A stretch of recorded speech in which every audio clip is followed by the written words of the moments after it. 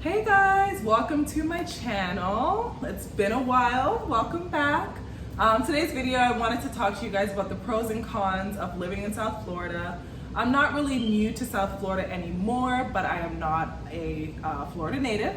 So I get this question from time to time, like what I prefer about Florida versus Canada. I'm originally from Toronto. So maybe I'll do like a video like this for Toronto, those of you that are interested in moving to that city, but I'm in South Florida now, so I figured I would start with a list for SoFlo. Okay, so we'll start with the pros. The first obvious pro is the weather. The weather is amazing. We very rarely get cold days, and when we do, it's like 1 or 2 days out of the year. Well, maybe not 1 or 2. Cumulatively, we probably have like 14 days sometimes of cold weather, but it's pretty safe to say we're usually in shorts and a t-shirt during even the winter months, so that's great. On the subject of weather, we have nice beaches, decent beaches. Of course, they're not as nice as the Caribbean, but we have decent beaches. And by the way, ignore the beeping noise, okay? I told a special someone about this. He has yet to fix that alarm. Ignore it. I know it's there. Maybe I shouldn't have pointed it out. Some of you may not have noticed that it was beeping in the background. Whatever. Okay, so the weather. South Florida is also a confidence booster. Like, you'll see people running around here all scantily clad with the most interestingly shaped bodies, and they are confident, which then, you know, gives you the feeling of like, I can wear that. So what if I have like some love handles? So what if I gained like 15 pounds since COVID? I can wear that. Sometimes that's good.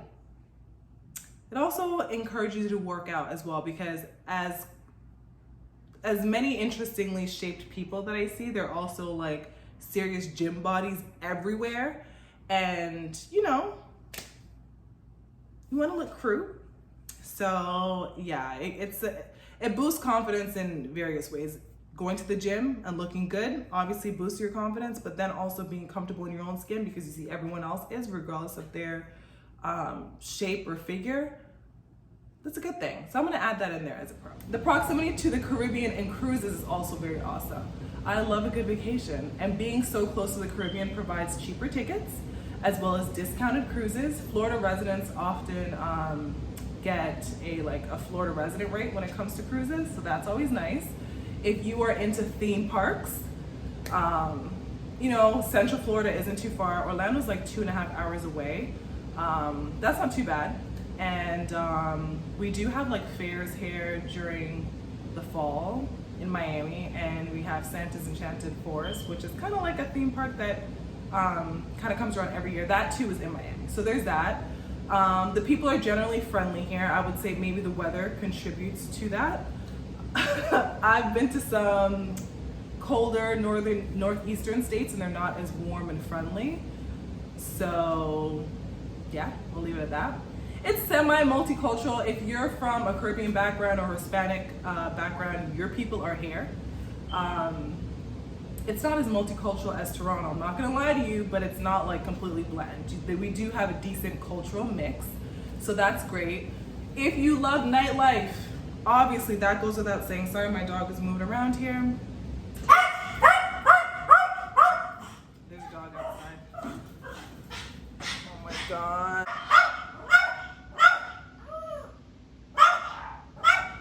Sorry about that. He thinks he's a 30-pound pit bull when he sees other dogs outside.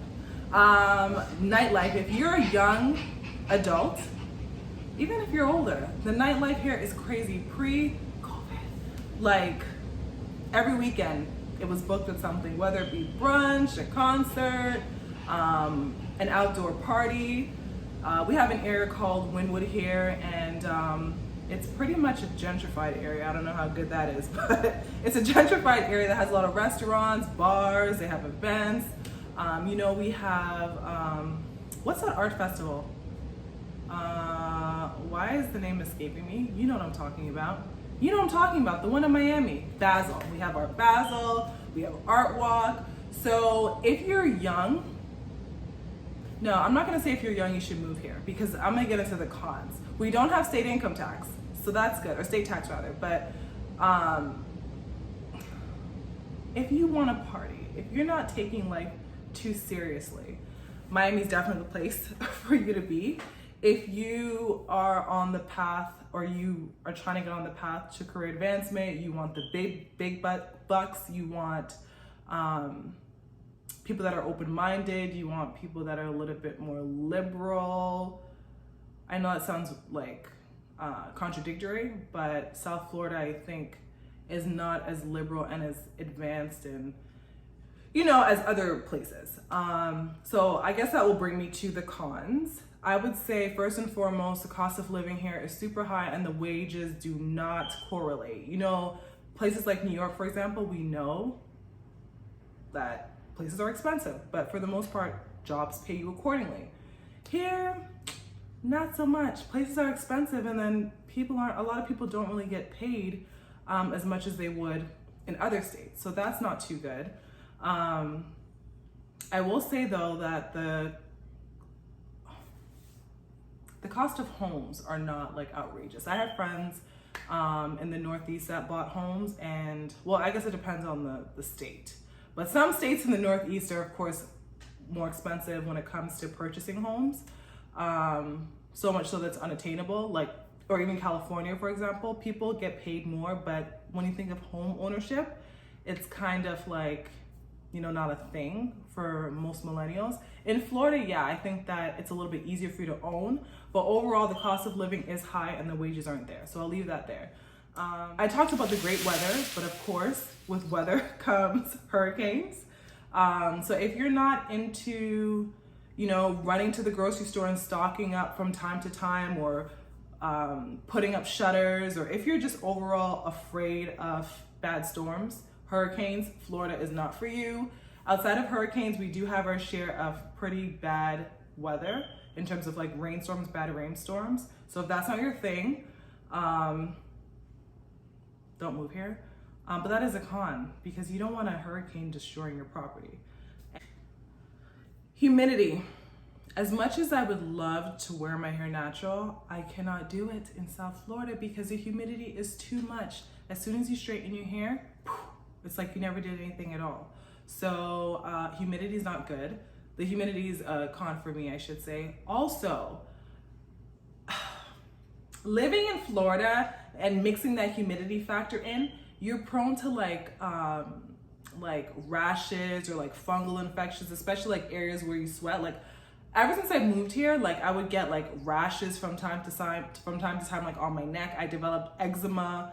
I've gone to various dermatologists about it. Some people say it's like a fungal infection due to like the moist, humid climate. Other dermatologists say it's eczema. I don't know, but I never had these skin issues until moving here. So something I think about the humidity is just messing my skin up. What else? I feel like I'm missing stuff.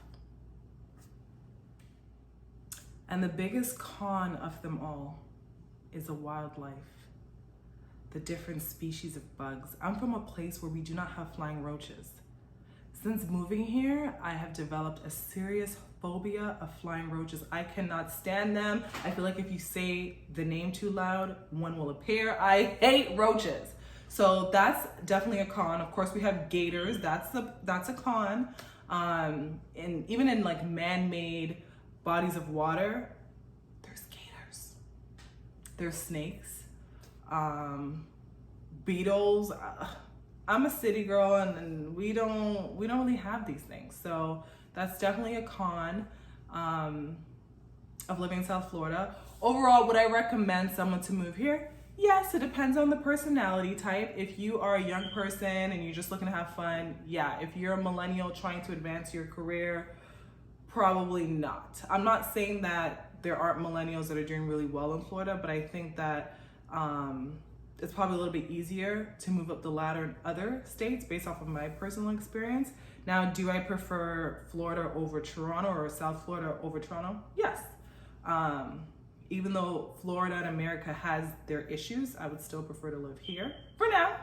You know, as I get older, maybe that will change, but I would still pick South Florida over a lot of places. Well, Toronto specifically. Now, am I open to moving elsewhere? sure, especially if the money is right. But overall, Florida, South Florida is an amazing place to live. Do I prefer South Florida to Toronto? Absolutely. Toronto is a great city. Maybe as I age, I'll have a different opinion. But right now, I think Florida meets more of my needs than Toronto. Am I open to moving to other states within the US? Yes. Money talks, so holla at me. But yeah, that concludes the video. Let me know what you think. Are you guys planning on moving to South Florida? Is that why you came over to my channel or video? Are you a South Floridian? If so, can you relate to some of the issues or some of the pros that I discussed? So yeah, let's have a conversation below. My dog is gonna start barking, I feel it. So I gotta wrap this up. I'll see you guys in my next video. Thanks for watching. Subscribe, thumbs up, and share.